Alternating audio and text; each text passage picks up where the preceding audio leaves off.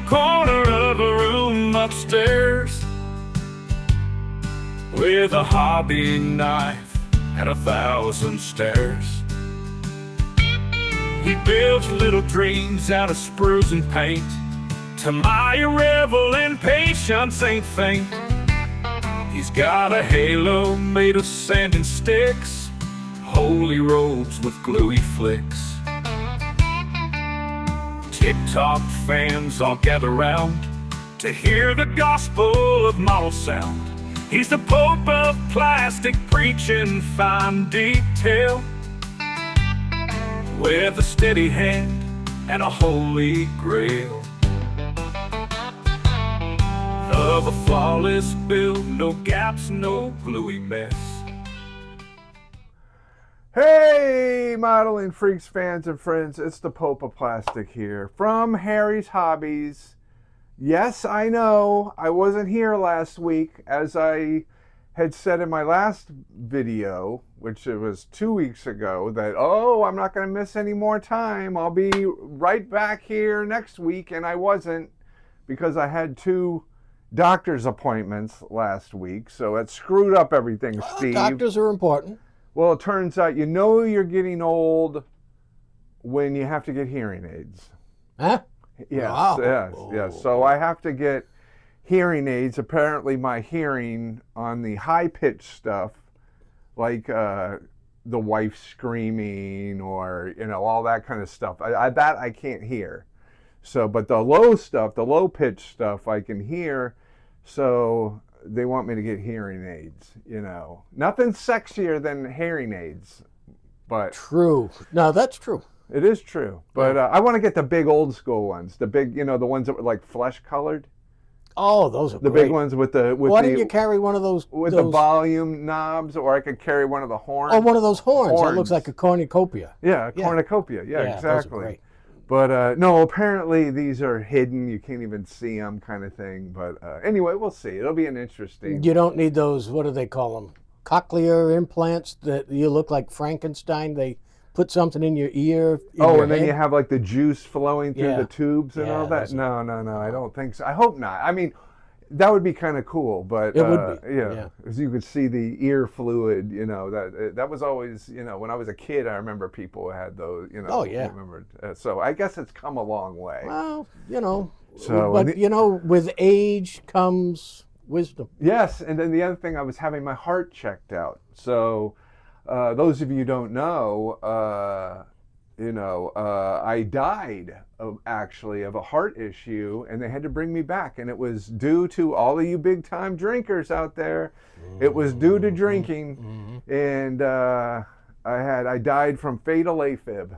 So those of you who have AFib and like to drink, drinking just makes your AFib worse, and it can kill you. And I'm here to tell you that it'll do that. Not to get on a big I'm not anti-alcohol. I don't care what anybody. You can drink whatever you want. You can drink around me, whatever. But for me, those days are over with.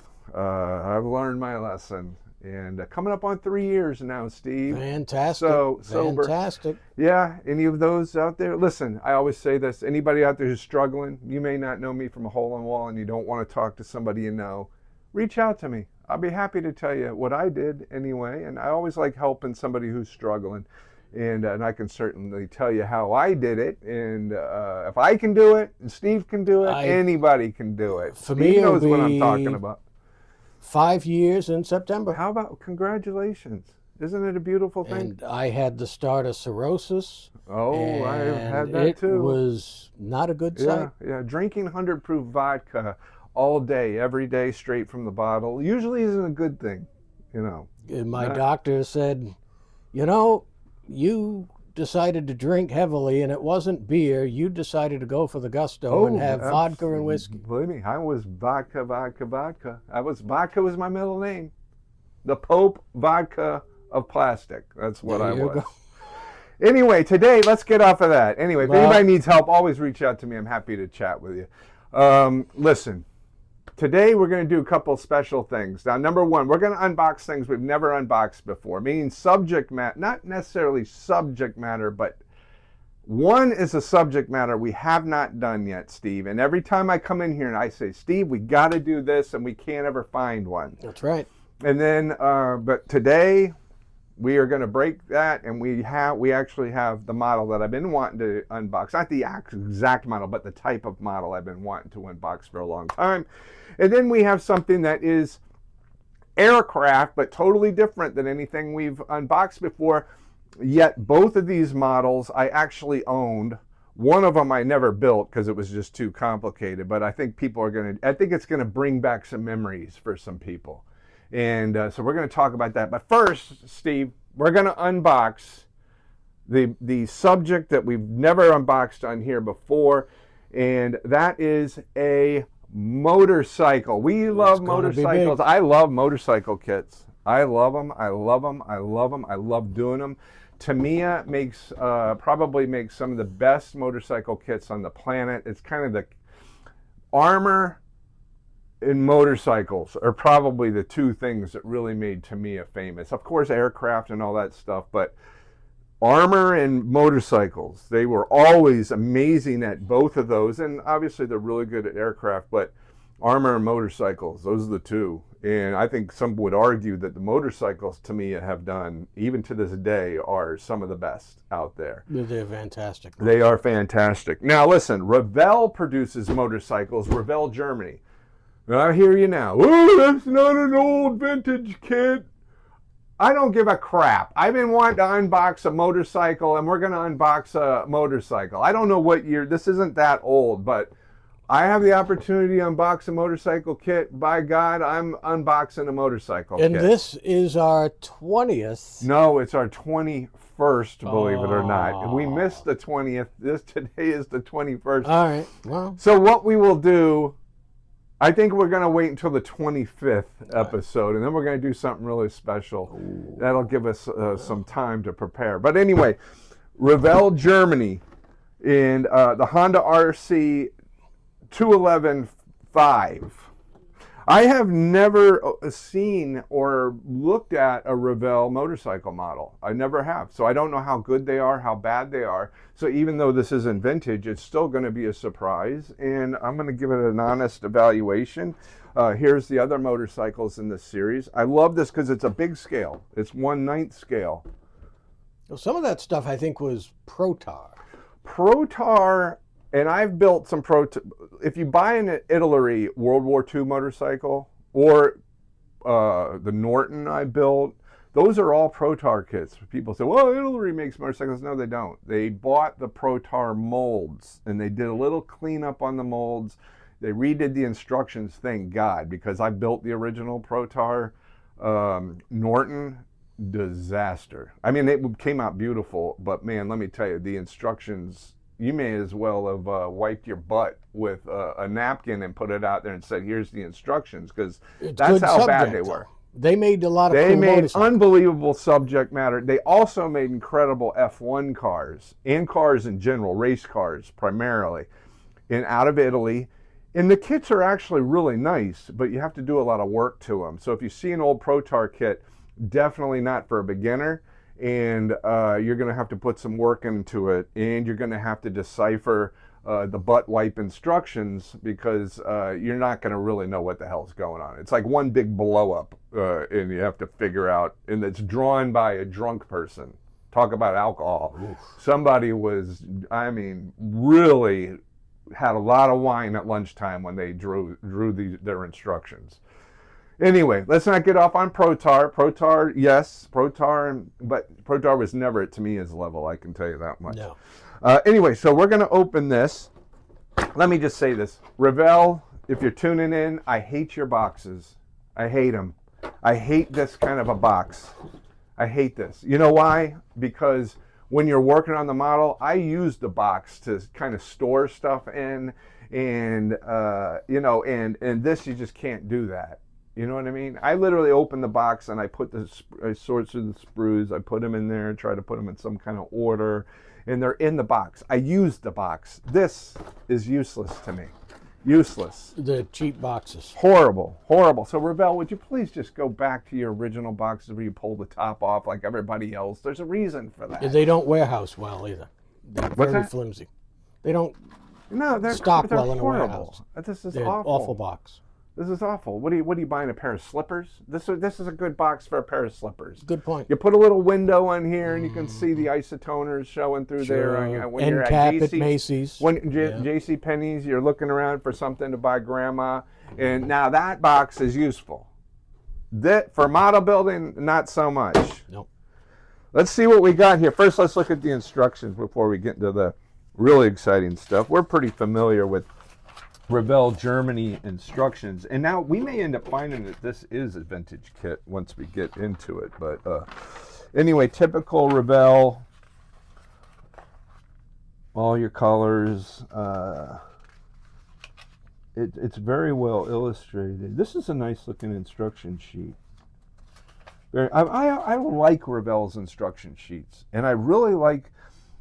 If this is like any of the Revell Germany car kits, which I'm a huge fan of, I would imagine this is a pretty good model, you know. And judging by the instructions, the engineering looks really good, and it looks like a very detailed model, which is great.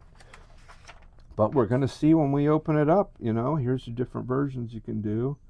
Comes with a bike stand, which is cool.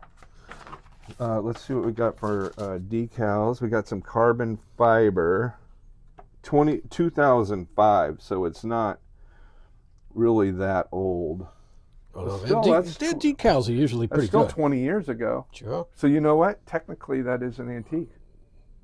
Can you imagine that 2005 is an antique? Oh. 2005 was yesterday afternoon. Mm-hmm. Steve, 2005 was... I mean, that's crazy. That's right. These were printed in Italy for Revell. I would have to guess that these are cartograph decals, and they're screen printed, and these are beautiful looking decals. We got a little mold going on or something over here, but these are beautiful looking decals. I love the thickness of the printing. This looks really, really nice. That's a nice looking decal sheet right there. Can you see that? Can you see the kind of the thickness of the... That's how you really know that it's screen printed, by seeing the thickness of the ink like that. See that? I don't know how well you can see it. Yeah, no, pretty good. Yeah, these are nice decals. Revell's always had nice decals. Yeah, Kind of on the thick side. Yeah, this is, I mean, this is an old kit. I mean, I get 20 years old. Okay, let's open this. And remember, everybody out there, if you want this model, call Steve, call Katie, call Harry. Say, hey, I saw that a kit that the Pope unboxed, and I'm interested in getting it. And Harry and Steve, they'll be happy to help you out. Now, these are rubber tires. That's real rubber. I love real rubber versus vinyl. Vinyl gets really, really hard. And those are rubber. We got a little seam line down the middle, but that's in where it was attached to a rubber sprue. So, but that's going to all be sanded off. We got a bag of springs that are kind of starting to rust a little bit, but that's no big deal. So you got a big bag of screws. We got the gas tank. Gas tank is molded really, really nicely. No flash. The clear, beautiful clear, crystal clear. Now here's your chrome. Now, I'm not a fan of chrome. I remove the chrome and repaint it like a flat aluminum, and then I'll use silver rub and buff, and then buff it up to a shine. Much more realistic. But this is a satin chrome, which doesn't look too bad. It doesn't look bad. No, it doesn't look bad at all. So you probably you could certainly use this. I wouldn't, but this would be more convincing than your standard plastic chrome, which I hate. It always looks fake. It looks terrible. Can't stand it. AMT chrome parts on their car models. Exactly. It's oozing, and anybody with chrome parts, I don't care who it is. I can't stand it. It immediately goes into bleach. If you need to remove chrome, you soak it in bleach. Do not get the cheap crap at the dollar store, the discount store. It's watered down. It's useless. I'm going to tell you, for once in your life, buy something name brand. Buy Clorox extra strength bleach, and you won't have a problem. It'll remove the chrome in a few minutes. There's some chrome, it takes a little longer. But you really, regardless if the chrome comes off of the parts, say you put it in there and 30 minutes later the chrome is off the part, you still want to let it sit overnight. I would suggest 24 hours, because even though the chrome goes away, there's still a film underneath the chrome. So you want to remove everything.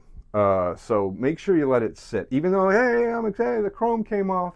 Yes, but there's still usually a film on there. So let it sit for about 24 hours. And then when you're done, rinse it with warm water and a toothbrush and clean everything off real good. Then let it dry real good before you start painting.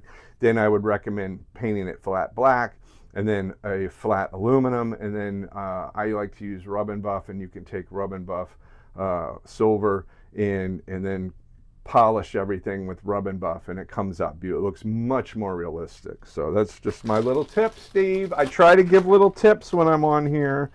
And remember, if you want to do a model building session with me, I just did a really good one, 2 hours with a gentleman actually from Rhode Island. I went to his house, a beautiful studio. This guy just retired. He's not holding back. He's buying lots of kits. He had the perfect setup, everything, and actually a pretty good model builder.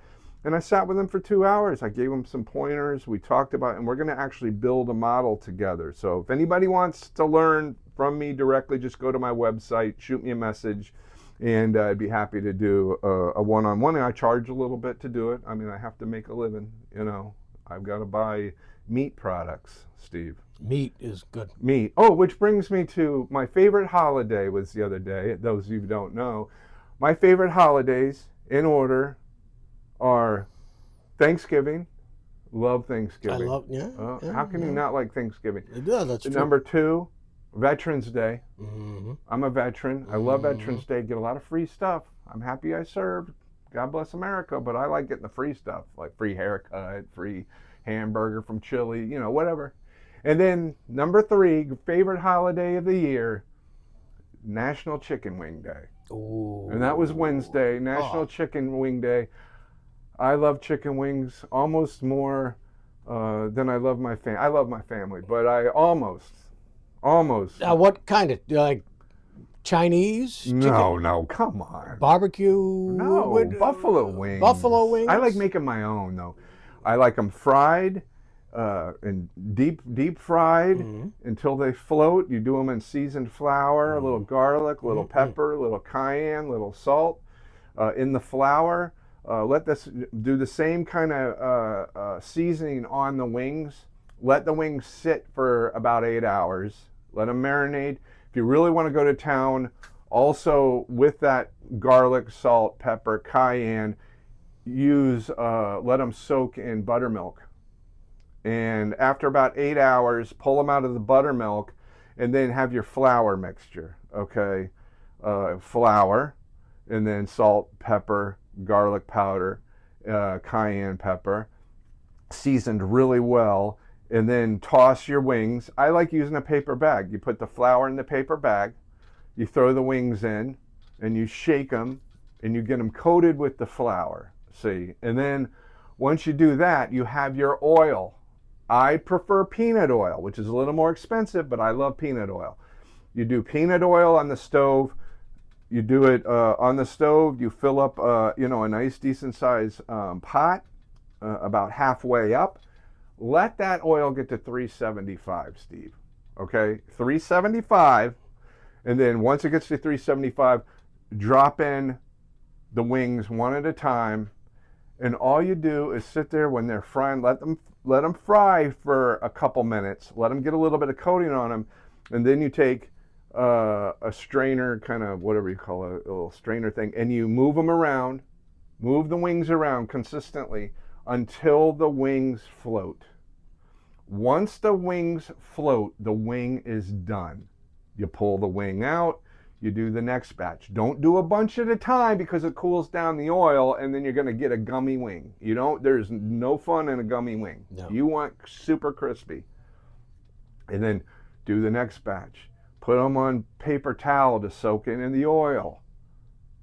And then while you're doing the other batches of wings, you have the oven going. Just put the oven like on 200. And while the other wings are going, you have the wings that have just come out of the fryer. You put those in the oven and let them sit at 200.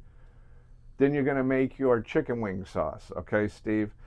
Get your favorite. This is easy to do. Do not buy buffalo wing sauce, ladies and gentlemen. Do not buy buffalo wing sauce off the shelf. It's stupid. You're an idiot. I'm telling you right now, you're an idiot if that's what you're doing. What you do is you get Crystal hot sauce, or you get Texas Pete, or you get Tabasco, whatever you want to do, okay? Dump a bottle of hot sauce in there, okay? Steve, you getting me? Mm-hmm. Black pepper, right? Black pepper. You can squeeze in a little citrus, which I like to do, a little orange. Squeeze a little orange in there. A stick of butter. 1 stick of butter in with the hot sauce. Put it on the stove. Let it all melt together. Whisk it as it's being blend. You want to blend all the flavors together. And even though I'm a former alcoholic, I still like a little bourbon in the hot sauce. Sure. Okay, the alcohol is going to dissipate, but it's going to give you a beautiful, rounded, wooded flavor to the complex flavor to the hot sauce. Blend it all together. Throw in a little garlic if you want. You can experiment a little bit. If you want a little sweet, throw in a little honey. Okay? But that's the base. Hot sauce, pepper, and butter if you just want a regular buffalo wing sauce. If you want to go fancy, add a little bourbon in. Add a little orange in. Add a little garlic in. Steve, sky's the limit. Then you take the wings. If you like the wings doused, you get a big bowl. You throw the crispy wings in there. You pour the hot sauce over. And you shake the wings. I don't like them that way because it makes my hands too messy. No. I like the sauce on the side and I dip them in there. Okay? See, nobody thought they were getting a chicken wing recipe today, but that's what I like to give away. That's what I like to do. Now, for the next installment of Recipes by Rick, will be... You mean the Pope? The Pope? Yeah. Well, the Pope. Yeah, that's me. Well, I'd have to get something to rhyme. Yeah. Hey, Anyway, I love cooking, but my record, people are wondering, how many chicken wings can the Pope eat? 20 at least. If it's under 20, that's not even an appetizer. That's just going to be piss me off because I'm still going to be hungry for wings if it's 19. 20, I'm okay. My record, Steve, of chicken wings eaten in one sitting, 90. That's a lot of wings. 90 wings. That's a lot of wings. And then you can do homemade French fries. I won't get into the homemade French fries right now. But anyway, that's my chicken wing thing. And people are already, have left the live. They could care less about chicken wings. But whatever, I don't care. Let's continue on with the model. This, the molding on this is really, really nice. It's a it's a beautiful molded model, and here you have your wheels for the wheels, the bike stand. Very nice and clean too. Very clean.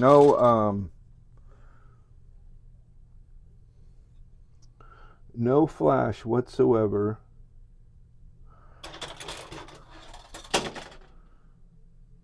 Rims are molded nicely. Handlebars are molded nicely. Oh, we got some flash. Is that flash? No, that's not flash. It looked like flash. I would probably replace these with some mesh, but that would be about the only thing that I would change on this, and that is, that's nice looking. And then here's your engine. Chain molded nicely. Honda has spelled it very, very clearly. That's a nice looking model. I don't know. Do you know what Katie had, what number she had on this? What she was asking for this model? $72. $72? I think it's worth $72 all day long. I don't, I'm not the, Revell motorcycle expert by any means. But I'll tell you this, I'm happy that we got a motorcycle review done. This is a great kit. Well, the chain is all right. Now, I wonder if you could... The chain's nice. Yeah.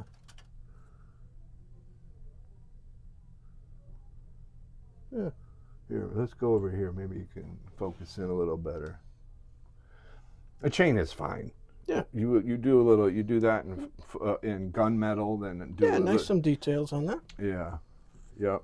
Yeah. It's molded good. Is it as good as a Tamiya? I don't know. I haven't built it. The plastic looks as good. Plastic looks as good, Steve. I think a kit would build up beautifully. I did I forget if it was a Yamaha or there was a Walter Wolf motorcycle.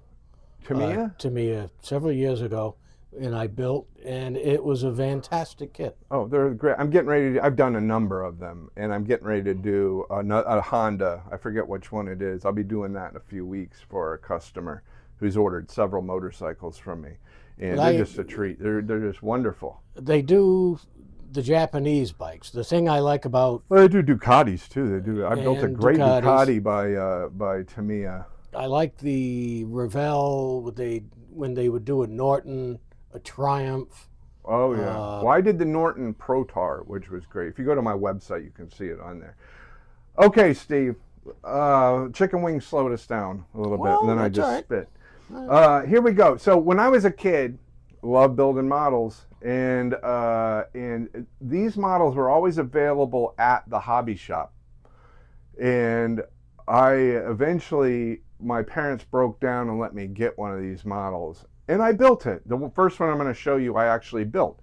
And it came out nice. But the problem is, as a kid, or anybody else, I guess, is that when you're finished, the realism isn't really there. You know what I mean?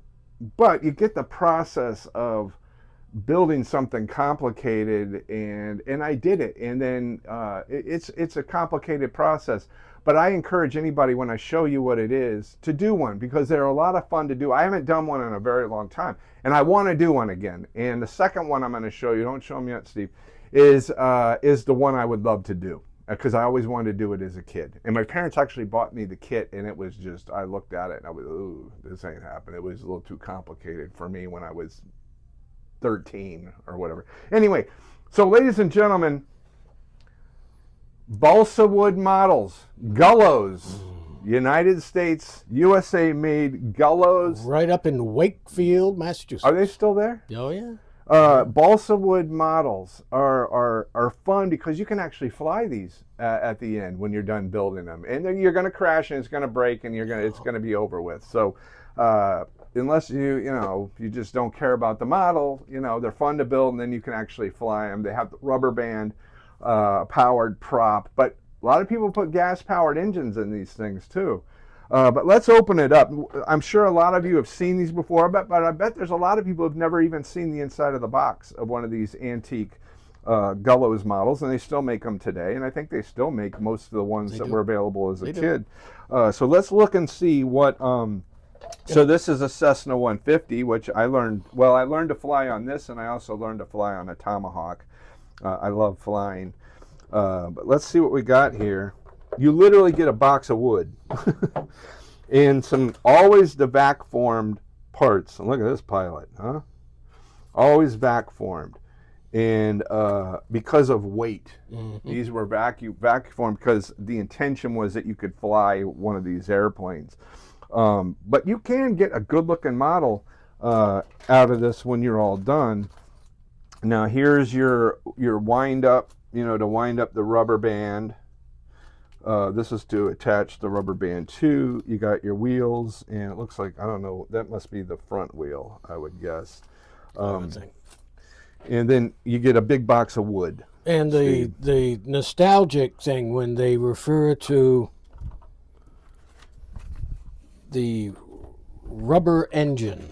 Rubber engine powered. And rubber engine powered. Here's your realistic prop right here. Now, I would probably, find a scale prop, and because if I do one of these again, I'm not flying it. I'm just going to put it on the shelf. All your wood, all your pieces are already die cut for you.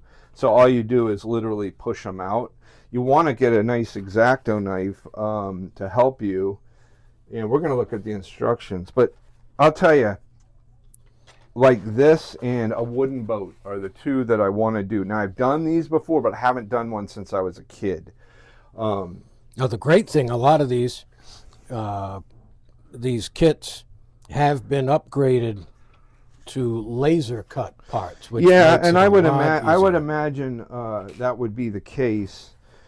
Here's your tissue paper for, you got to get dope and glues. So when you do is you trim this out, you put it on your wing frame, and you glue it down on the edges, and then you take dope. I'm not talking about me personally, the dope. I mean dope, actually the what do you call it? It's like a glue. It's a varnish, and you paint the dope on, and as the dope dries, it tightens the paper that you got right here. It's literally just paper, tissue paper, and it tightens it on the wing. And when it's done, you go back over and you shellac it, and then you paint it or whatever. But it's a really cool process, and it's really fun. It actually is really fun to do. Now let's look at these instructions. I haven't looked at these instructions in forever. These are your steps on doing the fuselage. I mean, you're getting to build every rib. This is a fun project for a father and son, and actually going out, I think, and flying it, because it's really going to teach you about aeronautics. And here's your decal sheet. Those are screen printed decals right there. Look, the decals still look perfect. And they're showing you here, you can put a gas engine in it. See that? The old Cox engine. Oh, Remember yeah, those? old 20. Yeah. So here's your diagram. You put this out on the, I did it on a card table, and you pen this down. Or you tape it down, then you use pens, and you pen in all of the components. And then you put in, and as everything's pinned down, then you glue each component. If I remember correctly. It's been a long time since I've done one. And you literally are just working. This is your blueprint, a lot of fun. I definitely want to do one again. And here were all the airplanes that were available. What year was this from? This is from 1987, the year I went into the United States Air Force, Steve. Look at all the planes they got. Now these would be fun. The World War I, because those would be pretty realistic. You know what I mean? Because they were fabric-covered planes. So these are the ones that I would want to do. Yeah, then they started getting into jets, which look kind of goofy. Yeah. In the Columbia, the ironic thing is if you try to fly the Columbia, it's going to end up like the real Columbia. Yeah. So the B-17 was another one. My parents were like, absolutely not. That's not happening. You were never going to be able to build that thing. But I wanted it. They still make it. Yep. This is the Super Cub. This is the one my father did when I was a kid. I'll never forget that he built that. He probably doesn't even remember doing it. I remember all these things. All my brothers, my one brother, older brother Dave, that we all know about, he remembers everything like I do. Well, the great thing about these kits, you can't just slap it together like a plastic Oh, model. no, there's no slapping together this thing, or else it's not going to get done. The more careful you are Yeah. with the wing and the fuselage, the better it will fly. Right. So it really, there was a movie with Jimmy Stewart, I think Flight of the Phoenix. Oh, yeah. And he was a model builder, and a very good movie. Yeah, I'll have to watch that. Anyway, this is the one I did as a kid. I believe it or not, I think this is actually the one my father did as well. I think I did. We both did it, and I think that's why he got it for me, was that he had done this model.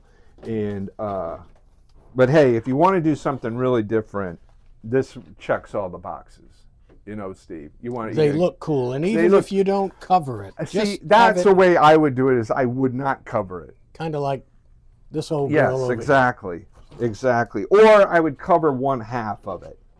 You know what I mean? I would cover one half. And starting out with an airplane that size, this is the one you want to start with. Brings you the skills to do that. Yeah, exactly. Or to build an actual airplane. That's right. It's the same principle. Now, here's the one I don't show you yet, Steve. Oh, no. This is the one I always wanted as a kid, and my parents bought it for me for Christmas. I'll never forget. They bought it. I never built it because it was like, whew. But they were tired of hearing me whine and cry, and I'm sure it probably wasn't that much That was money. a good sound effect. Can you... The whoof. Woof. Yeah, that's good. Yeah, that's what I said. I was so excited when I opened this thing. It never got built. I don't even know where. It's probably still up in the attic at my dad's house. The Corsair, ladies and gentlemen. I know everybody's seen this. Beautiful. This is one of the hallmarks of the Gullows company, was the Corsair. This is the one everybody remembers. That is one sexy airplane. This is a sexy airplane. This was the Gullows everybody remembers at the hobby shop. It sat there forever. Every hobby shop had one of these, and it just sat there. So nobody in their right mind was going to try and build this thing. Nobody. All right, so big scale. Here we go. Here's your paper. I remember this. I remember this like yesterday. Is this the tissue? That's the tissue. No, I think that's just like packing, I think. Here's your plans right here. I remember these. This is what I was so excited about, was the giant decals.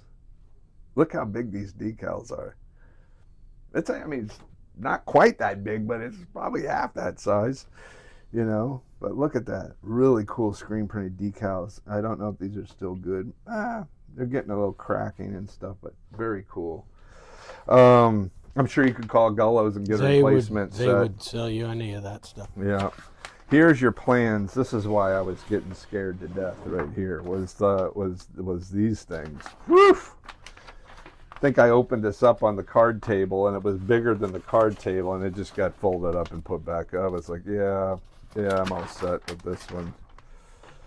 Look how big that is, Steve. Huge. Look at that. And all your technical, all the history and everything. 30-inch wingspan. 30-inch. Look at that. Let's look at the wingspan. Look at this. Here's your wing. Now this is certainly, you could set this up for RC, but you're going to end up crashing this first time you take it out after spending 300 hours on the thing. Oh, yeah, this would be. But yep, same principle. You're pinning down all your parts, then gluing everything. I bet I could do this today. I think I could do this. And you know what? Maybe this is the one I should do, since I had the kit and I never built it. You should. You know what I mean? Very, very, very cool. Don't go eating those chicken wings while you're building it. No, you probably don't want to eat chicken wings. When I'm eating chicken wings, I'm focused on chicken wings, Steve. That's the only thing going through my mind is the next chicken wing until there's no more. And then I'm sad. Yeah, I remember this. So you're doing half and half here. So cool. Yeah, see how they got it all pinned down? See that? Just like I was saying. See, I wasn't fooling anybody. I was being serious. I love the gull wing shape. I have a couple RC gull wing Corsairs I love flying. I'll be flying this weekend. Isn't that cool, Steve? I mean, it's like building a real thing. You know, look at that. Let's get into these parts here. Let's look and see what we got here. When I saw this in your office, I was like, holy cow, we got to do this. I'm like, yeah, some people probably won't care. Look at, here's another big giant diagram. Look at this. I feel like I'm at the McConnell Douglas factory. Oh. Isn't that who made the Corsair? Was it McConnell Douglas? Chance Vaught, that's right.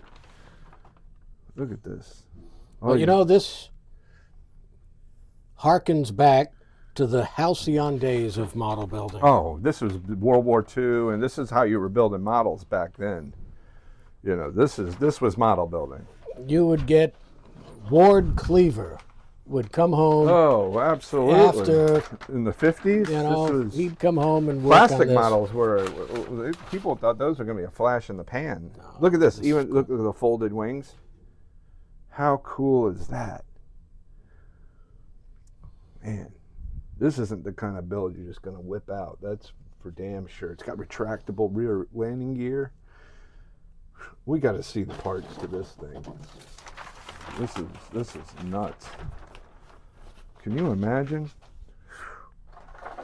Okay, all your paper parts. These are all your inserts for the detail. Look at the cockpit. It's all flat.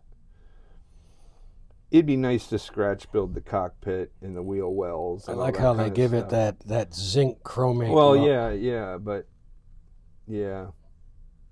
I would try to recreate that. With 3D printing now, you could you could print all you could use this as your guide, you know. Have an engineer make all these in 3D and print them out for you, you know. Look at all the wood. Jeez. I mean, look at this. Again, it's just like the small model. Just like it, except there's just a lot more of it. Look at this. Man, that's a... And then here's your paper for your wings. Yep. Just thin tissue paper. That's it. And then you can fly this on a string. Remember how we did that with the Cox engine? Kill somebody with this thing. Oh, yeah. Flying at 780 miles an hour just under the sound barrier. Hit some kid who walks into the line of the... kills them. Never walk into the This circle. is when childhood was awesome. This is when it was awesome. That's true. Nobody's getting away with building building this and having kids fly an airplane, gas-powered airplane at 700 miles an hour around in a circle on a string. That's as fun as lawn darts. Lawn More darts fun. were amazing. I got lawn darts for Christmas sure. one year. Sure. I'm not going to open this all up, but here's your wheels. The wheels are plastic. I just don't want to lose anything out of this. And we got some string. We got, what the hell is that thing? Oh, that's weight. Oh, wait, yeah. Interesting. And some fabric, tail wheel. You could make this rubber band powered. That would look stupid. Here's your, I don't know what, I would imagine those are for, like, I don't know, for operating the flaps and stuff. I'm not really sure. Here's your big rubber band. Look at the size of this rubber band. Now that's a rubber band right there. That is big. You know, this is a heroin addict's dream right here. This is, whew, you could do some, look at that.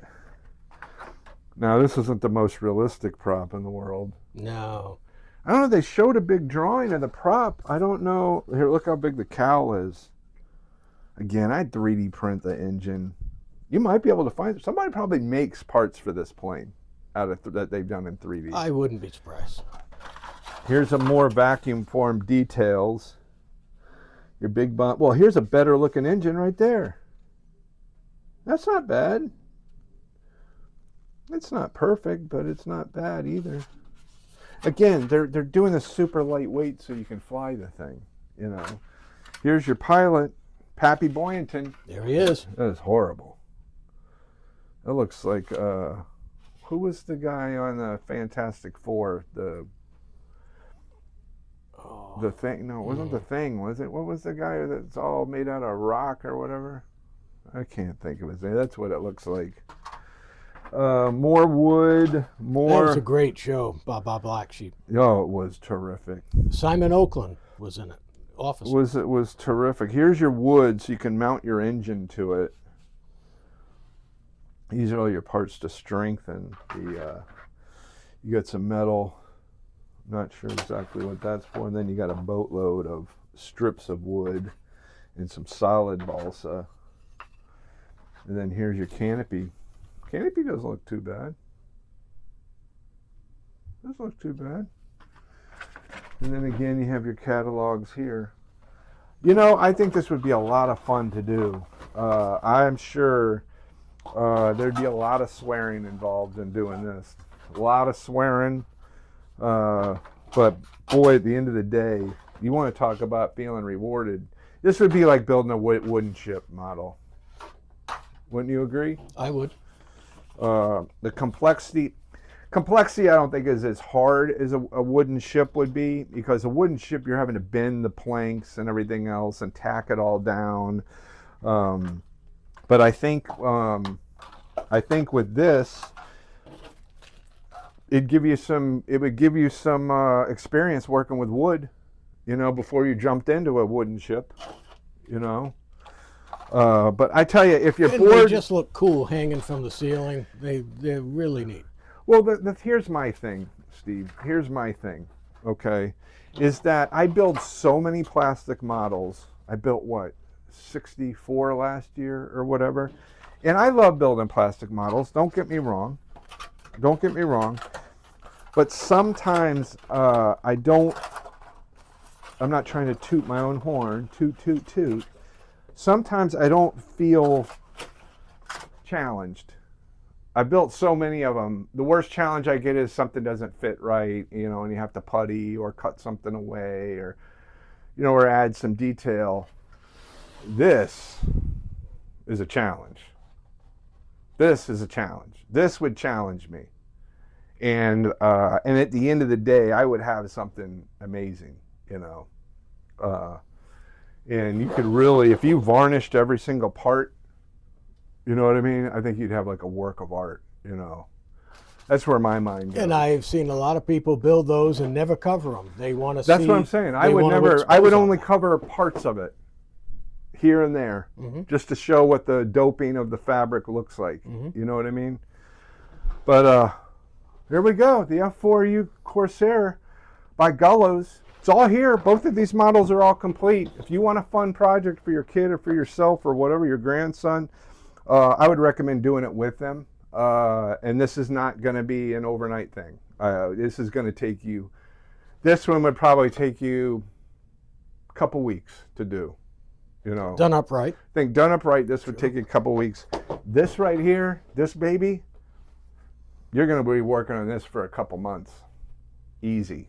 And I'm talking about like me working on this. It'd probably take me a couple months to complete that, to do it the way I would want to do it. And nothing would be more deserving than a plate full of chicken wings Afterwards. is knowing that Absolutely. that thing was built.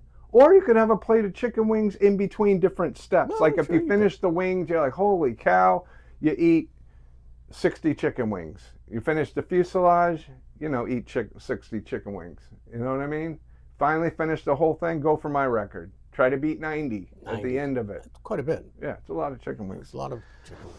Steve, that's it. I'm happy to be back. I promise I have nothing going on next week.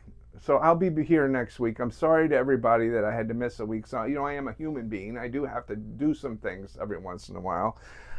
But thanks for tuning in. Steve, it's good to see you. This was a great show. This Great was to a good see. one. And I'll tell you, please, if you like this kind of stuff, this nonsense and looking at models, please like and subscribe, please. And please come by Harry's or call Harry's and say, hey, I want that Gullows. I want the Gullows Corsair.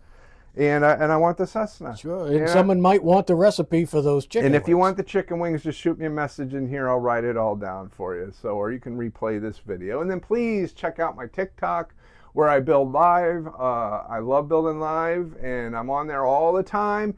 And then please go to my website. And on TikTok, I'm at the Pope of Plastic, just like here on YouTube. And then if you want my OnlyFans, I mean, not my OnlyFans, my... if you want to do an hour with me or a couple hours with me, I don't mean no funny business. I mean an hour of model building. No funny business. An hour of model building or a couple hours of model building, I think I could help you a little bit. And you just go to my website and, you know, it costs a little bit for the hour, and then I'll be happy to help you out. So that's what we got. Here it is. Harry's Hobbies. We're back again. This is was a great vintage show. unboxing at Harry's, and we'll see you next week. We sure will. Steve, thanks so much for All right. filming, and I'll see you guys back here again, and also on the modeling bitch or at the RC field. I'm always flying RC airplanes. In fact, I got another one coming in today. And so check me out. I like to fly live too, which is a lot of fun. So don't miss that. All right, everybody. Have a great week. Popa Plastic says, he spits all over himself and he says, goodbye and God bless. In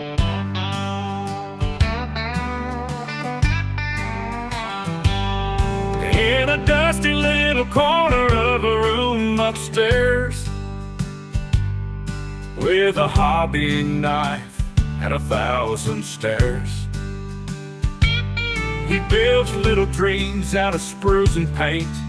To my Revell impatience ain't faint. He's got a halo made of sand and sticks, holy robes with gluey flicks. TikTok fans all gather round to hear the gospel of model sound. He's the Pope of Plastic, preaching fine detail, with a steady hand and a holy grail of a flawless build, no gaps, no gluey mess.